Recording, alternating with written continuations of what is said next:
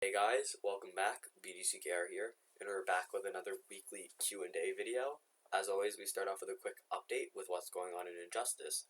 The current early access pack is Suicide Squad Deadshot, which isn't a real early access pack because he's been in the challenge twice, but it means that they're probably looking to put him in next. Yeah. So he's going to be the next challenge. The current challenge is for Suicide Squad Harley Quinn, and the current online mode is for the Joker Unhinged. And with that theme in mind, the current Survivor gear set is the Suicide Squad companion gear. For another day. Now, I just want to mention too, which is probably not entirely relevant. It's interesting to me that the cycle, the retail cycle of movie in the theaters to DVD is so quick because it feels like we just had the Suicide Squad challenges and they did it twice, and now we're having a third one probably for the release of the DVD. Probably, yeah. I didn't even think of that until you had said it the first time in a previous video, but it makes a lot of sense. Alright, so we're going to do something a little different now. Because the challenge is going to be almost over, and we're going to run out of time to actually do a separate video, this will be the all-silver challenge in nightmare mode for completing the Suicide Squad Harley Quinn challenge in the background while we burble on, while we just Will we ramble. pontificate? Yes. As exactly. one commenter said. Yes. So the first comment comes from R. Johnson, and they say, when do you think some of these Batman characters will be regular challenge? Dawn of Justice, Arkham Knight Batman, and not in a ridiculous pack or even online. Just a regular challenge, and then Blackest Night at the end, I guess, is a little bit of an afterthought. Well, I guess never say never, because they've always changed stuff, right? But it looks like I can't think of another character that was a pack exclusive that ended up being a challenge. Yeah. I can't think of any, actually. I think those were always kind of the expensive premium characters, and they kind of built the way that their cost and everything worked with that in mind. Yeah, they run a huge risk if they do that to really alienate some people who have paid for stuff or who have worked really hard. Yeah. So it doesn't seem likely. We can always hold out hope, though. Okay, our next question comes from Mitchell McMinn, and they say, hey guys, great job with everything. Just had a question, maybe a dumb one, but what if I don't have any gears a lot of people have? Or having a Raven and Reverse Flash? I have 4 high gears, and not all that gravy, so ultimately I wanted, and I think they meant great, but it actually works well with gravy, so... Because gravy is great. Yeah. Either gravy way, is great meat enhancer. So ultimately, I just wanted to ask your opinions on beating Survivor without a whole lot of gadgetry, maybe gadgetry, and limited characters. I have a decent collection, just don't have those too. Is it even possible to beat Survivor without those gadgets? Would love to know your recommendations and anyone else that might know what's up. Once certain characters and gear go unavailable, I'm just like, well, I guess I'll play the best with what I got. Can't get past level 11. Any help would be gravy, and that's why I think he might have done it on purpose. And if I'm screwed, then that's cool too. Thanks again, guys. Alright, so there's a couple of really interesting points. I think for people who are just grinding and trying to get the rewards, completing Survivor is not worth it. You're really better off just grinding maybe like the first 8 or 9 fights, which can be quick. Yeah. And then you get your rewards that actually you can see from the video, which was, I think, about 40 minutes, that trying to get through all Survivor takes chunk of time. So that's the first thing. So I think it's worth it as a challenge if you're where we're at, but from the sound of it, where you're at, it actually probably makes a lot more sense not to beat Survivor and just to farm it. Now, speaking literally to your original question, though, there's a different kind of answer. I think probably fight 14 is going to be the hardest to do without Raven, because they've got a huge amount of heal. So what you need to do, not only do they have a huge amount of heal, they're already stat monsters by then.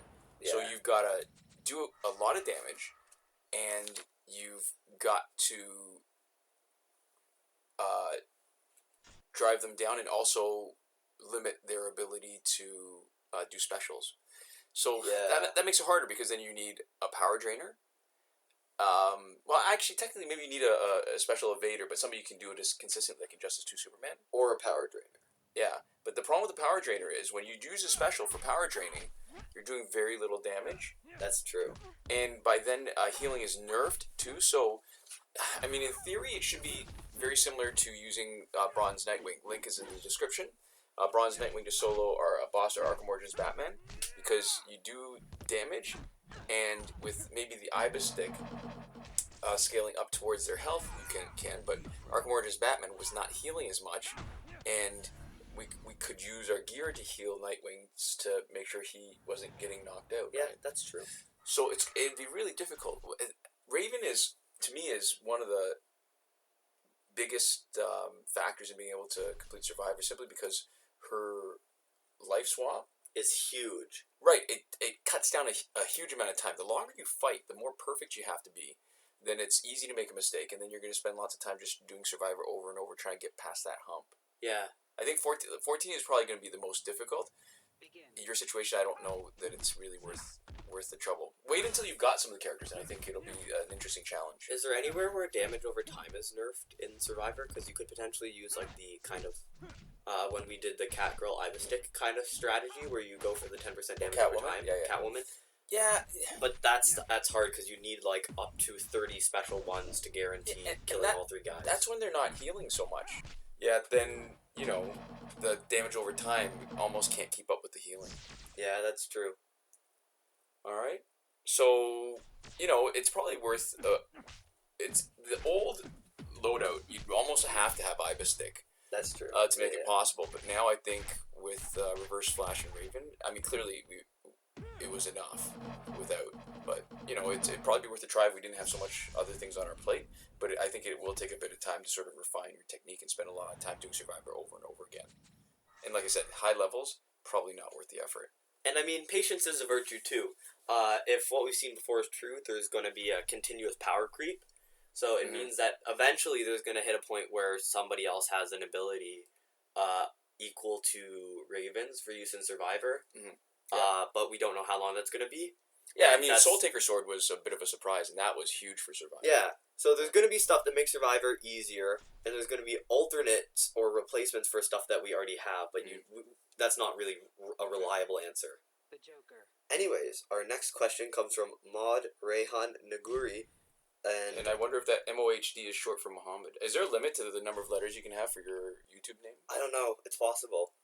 And they ask, best defensive teams, in your opinion, and with what gears? So that's a bit of a complicated question. If you really want to hear all our thoughts on it, I think if you just search YouTube for BDCKR defense, you'll pull up the videos where we discussed it before. But the main takeaway points, I think, are that there's the easiest way to create a defensive team that's going to be useful and effective, and with what loadout, is to see what you actually have trouble fighting. Yeah. And then if it makes it difficult for most situations, then chances are they're going to win. The more complicated part is that you need to draw enough battles to be useful. Because you can have a great team, but if it doesn't draw battles, it doesn't really do you any good. Yeah, and you can also use the matchmaking system to help with that too. So pick your best, highest stat team that you think you can make, and then play a bunch of multiplayer. Look for teams that show up a lot, and those are good. And then look for teams that show up a lot late game and also beat you a lot of the time, the highest percentage of the time. And the teams that show up the most frequently in the late game, and like stage 4 or 5, right? And beat you the highest percent of the time are most likely the best teams. And then you can look at their gears, or you can experiment a little with yourself. But that's basically the general stuff. You won't go into specifics. Right now, the current teams that seem to draw a lot of matches, that we face a lot in the high-level fights in the last couple of Ultimate, is maybe the full Suicide Squad team with Deadshot, Harley Quinn, and Joker, or Injustice 2 Superman with Injustice 2 Aquaman, and I can't remember who the third one usually is, but it almost doesn't matter. It gets kind of boring, actually. Yeah. I mean, the problem is when people ask about defensive teams, you could be asking about more battle points, which is probably the most common request, because it helps you rank without much effort. But some people want like a good winning percentage. And honestly, I think we've gotten away, and I guess we can afford to because we're not interested in the rewards so much. Yeah, we're more interested in playing. So it's hard to justify doing completely different loadout. I just leave the offensive team in for now. I mean, we don't get a lot of fights, but not bad. Yeah. Anyways, there we go. Now the next one isn't a question, but we just wanted to talk about it on the show because it was really great. This is Frank Censullo. Censullo? C-E, I think is a Censullo? soft C. I don't know. Let us know in the comments if you hear it and are offended by our pronunciation. But they say, nice job. I've been waiting for you to make just such a video, but thought maybe you wouldn't since you didn't think the Survivor rewards were worth the effort. This gives me hope victory is actually attainable. I never made it past Fight 14. That's a hard one, yeah. I've been starting with silvers, Nightwing, Green Lantern, and Wonder Woman, but I guess I should give bronze a try. Like everyone else, I'm cool with the length of the video. And I like here that he said everyone else, like everyone is definitely cool with the length of the video. Yeah. I appreciate that too. If it's all one topic like this one, it works better for me to have it all in one place. If it's of interest to you, and this definitely is, I listen to your videos while commuting to and from work, a 20 to 30 minute drive. The two of you are a pleasure to listen to, from hey guys, welcome back, BDCKR here, to Komoda. You always have something helpful to offer your listeners. Keep up the good work. Yeah. All right. So actually, there's a couple things besides the fact that we get to pat ourselves on the back a little bit. Thank you very much, Frank. Oh my goodness, this was so great. What I guess because there's a couple things. One is I remember some sort of conference we went to, and people were saying that when you offer compliments to somebody, the more specific. I mean, of course, it has to be honest and genuine, but the more specific you are about what you appreciate, oh man, the more that appreciation is appreciated. And this is perfect because it's well worded. Yeah, I like the fact that we fill the same space. Oh, okay. For somebody else. Can I talk about this? Sure. I know exactly where you're going. Okay, so I walk home a decent amount of the time, and it's a 45-minute walk home. And so on the walk home, I almost always listen to a podcast if that's available, or if I'm walking with someone for part of the way, I talk to them. But so for the podcast I listen to Cool Games Inc. and Welcome to Night Vale. And both of those are amazing podcasts, just really interesting, entertaining things. And I just love to listen to them. And both of them are relatively well-known, relatively big kind of media productions. Right. And the fact that this to you fulfills the same space of Cool Games Inc. and Welcome to Night Vale for me is huge for me, because I'm very, very picky about what I listen to on my walk home.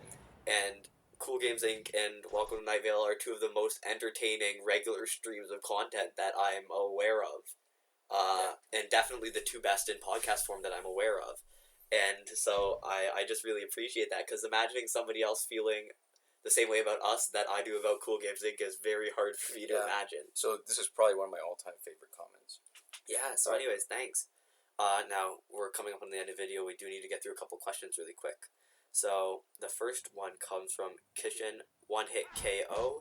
The O actually looks like a Sigma. Yeah, I don't know that it actually is an O. But then, Asura, do you guys think there is even a possible way to beat Survivor Mode without using exploits? And this is the Reverse Flash's continuous punch. Yeah, on our video for Survivor Mode. Alright. So, I think it's possible. I mean, we sort of touched on an earlier question. It definitely involves using the Iva stick. You almost have to. It's almost impossible if you're not going to use somebody who can juggle continuously like that. And you're going to spend a huge amount of time, because what you're going to need to do is... Oh yeah, that did not try to use the free recharge glitch when you're not quick enough. So, you'll spend a lot more time, but you really need somebody. I think Injustice 2 Superman is probably the best candidate for this, because he can consistently avoid specials, which is going to be your biggest danger.